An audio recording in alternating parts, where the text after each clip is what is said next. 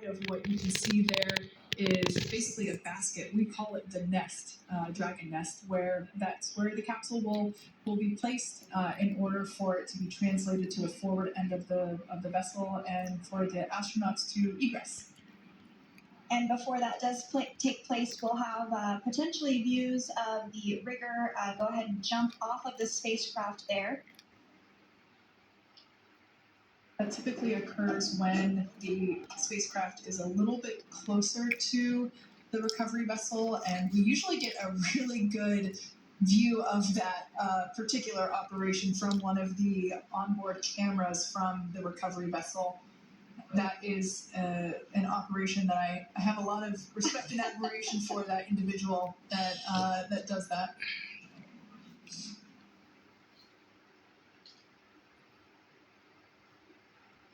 So again, Dragon continuing to get closer and closer to the recovery vessel, Megan.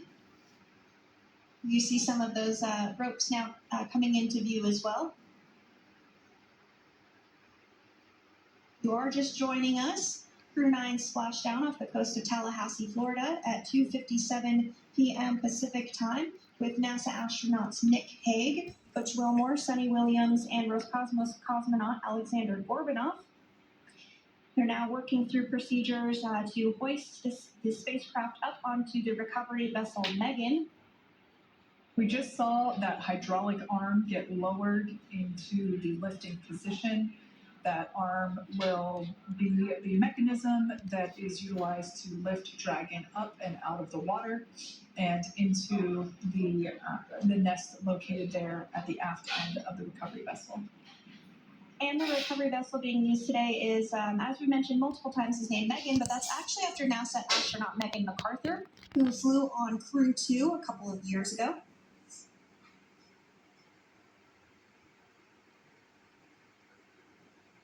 We're getting some views now from actually inside the boat. Yeah, you're exactly right. This view is straight down the recovery vessel. That platform that was closest to the camera, that is the egress platform. Freedom. Rigging is almost complete. Approximately 5 minutes until capsule is. Great news there from Space Explorer. So about 5 minutes left until we see Dragon Freedom get lifted out of the water. That hydraulic arm, as I said before, is the mechanism that will lift it.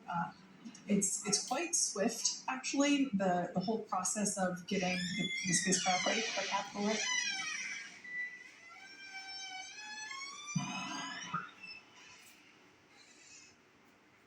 There it goes, Dragon Freedom being lifted out of the water and onto our recovery vessel, Megan.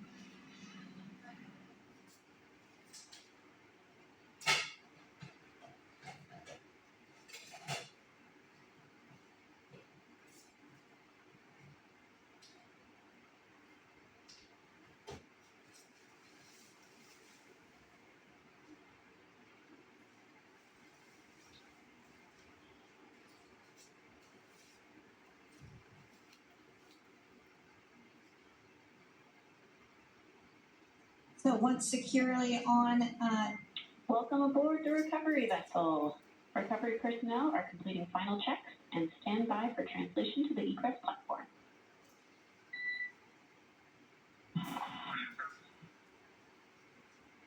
Great news there, letting us know that Dragon Freedom has been successfully recovered from the water's surface. If you've just joined us, we had an on-time splashdown at 5:57 p.m. Eastern Time, and we can now see that the water recovery operations are continuing to progress. The nest where the Dragon spacecraft is located is going to get moved forward. This will happen after one of the recovery crew members does some checks, and we'll also see some hosing. Obviously, the spacecraft splashed down in salt water. Salt water is corrosive, and we want to try and rinse out as much of the salt water as possible to reduce that corrosion on the metallic structures. So you can see some guidance there being provided, really steering the spacecraft properly into the Dragon's nest. it's been 30 minutes since Dragon splashed down, and as you can see there, the spacecraft is already on board the recovery vessel Megan. Things continuing to move very smoothly today throughout the entire operations from the deorbit burn up until this point as well. And Freedom, it looks like the positioning wasn't quite right, so they are working on repositioning the capsule in the nest now. Okay, so a little bit of repositioning, but you are watching the capsule being put onto the recovery vessel. Tim Peake, the former British astronaut, is with me here in the studio watching all of this unfold. Lovely pictures, as they have been throughout, from the moment of the splashdown. Tim, just talk us through exactly what's happening right now then. Yeah, so everybody's waiting obviously for the opportunity to get the crew out of the capsule. Before that happens, they have to safely secure the capsule on the vessel. And as you heard there, we're watering it down to get rid of the salt water, the corrosion, because it's a reusable spacecraft. You wouldn't have bothered with that in the spacecraft I came back with, the Soyuz. It's now in the Science Museum in London. It's a once only use, but they'll want to be taking care of that spacecraft and making sure that they try and get as much of that salt water off as possible and then extract the crew. Yeah, and how does that happen exactly? Just talk us through the crew extraction. I mean, is it just a question of opening the door? What happens? Absolutely, in a way, yes. And then the crew members will be coming out in a specific order. Again, when I came back on the Soyuz, the spacecraft had to be rolled onto its side and then rolled in a position where the hatch could even be physically opened. And then we were extracted out, and then they'll be obviously taken in to see their flight surgeon. And that's at the point where the physical checks will be done, and as I mentioned, those potentially some medical experiments as well. I mean, it has all been very smooth, hasn't it? I mean, even this part of it. It's been very smooth. It's been incredible to see, but it's only through hard work and training that they can make it look that easy and to make it look that smooth. As they said, that there's been an enormous amount of logistics activity that's enabled this to go so well. So how much longer do you think before we'll actually see the 4 astronauts? Hopefully just a few minutes, but obviously if they're having difficulty repositioning that capsule in the nest area, then it might take a little bit longer. Right. And what is the nest area? That's just the sort of, what is the nest area? Just explain that. It's just a kind of a safe area to secure that spacecraft for its transit. And let's go back to Libby Jackson, who's head of space at the Science Museum. I mean, just talk to us a bit, Libby, about what it'll be like for these 4 astronauts, but in particular, Butch Wilmore and Sonny Williams, who've been stuck for so long on the space station, 9 months in total. When that door finally does open, they will be delighted to smell fresh air again. Life on the space station is amazing, a privilege, but it is a closed environment, and they've been there for 9 months, unable to feel the weather, unable to feel the wind, unable to get that fresh air, unable to go for a walk. Sonny did do a spacewalk, I think Butch did as well, so they got in spacesuits and went outside to do some maintenance activities on the space station whilst they were up there. But that return to our home planet, our spaceship that is really keeping all of us alive every day, is a very special moment. But they'll be focusing right now also on just breathing and the weight that they can feel again through their body, through their arms. Everything will be feeling very heavy. They may be feeling a little bit seasick from bobbing around on the sea there. They'll also be feeling perhaps a little disorientated as they feel gravity again and their balance systems get used to that. But above all, I'm certain that they will be just really looking forward to seeing their friends and family again and giving them a big hug, which they'll be doing, I suspect, in the next few hours. and how quickly does that sort of physical rehabilitation work begin? You know, trying to get their muscles back up to strength and so on. The body is adapting immediately. It's starting to work out what's going on again. It may take them a few days for their balance to get back to normal, to stop that room spinning.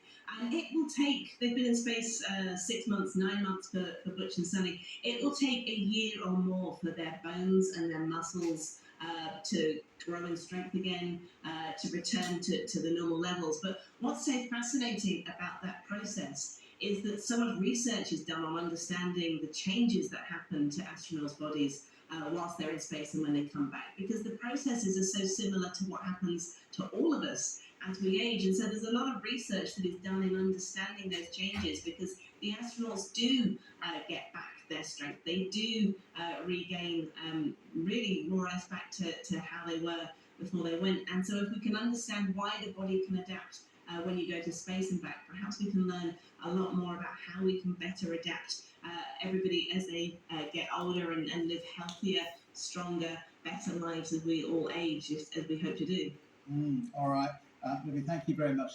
Tim Peake, who's with us and has been with us throughout this, just a last question because we've got to let you go. But I mean, in terms of the impact on your body, are you still feeling in any way any of the effects of having been in space? No, none at all. It lasted for about 2 months, and then at that point I was starting to hit the same performance figures that I had before I launched. It took a while to get that body mass back up again, but lots of rehabilitation exercises to build the core strength up, the lower back muscles, these kind of exercises. The one thing that you can't do anything about is the radiation dose that you get in space. You're partially outside of the Earth's protective magnetosphere on the International Space Station. And to put that into perspective, in 6 months in space, I got the same radiation dose that an airline pilot would get from a 40-year career. So you do get that in a short space of time. And at the moment, about 3 years total in space is around about the safe level for accumulation of radiation for astronauts. But other than the radiation, pretty much everything else, they will eventually get themselves back to normal. Well, I'm pleased to say you're looking very well. So thank you very much indeed for being with us on BBC News and commentating on that amazing splashdown as we watch the capsule come back down to Earth. Let's just have another listen then as they secure the capsule and we just count down the minutes to seeing the crew themselves stepping out. The few feet to the medical quarters aboard the boat.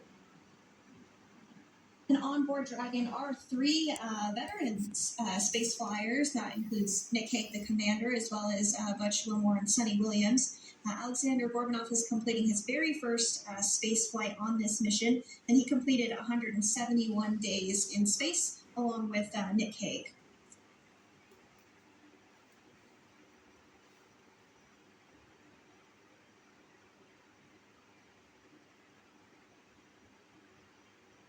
For those of you that have just recently joined us, well, I would encourage you to hit that rewind button and go back a few minutes. It was a beautiful splashdown of Dragon Freedom with the Crew 9 cohort on board. They had an on-time splashdown at 5:57 p.m. Eastern Time, 2:57 p.m. Pacific Time. We can see that the spacecraft... Freedom translation is in progress.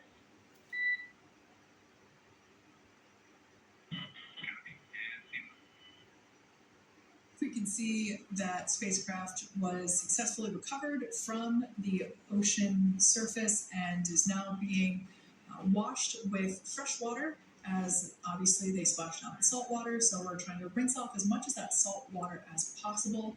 And we can see the spacecraft continuing to move closer and closer to that recovery deck. And the crew is working on side hatch opening now. Expect hatch open in about 2 minutes.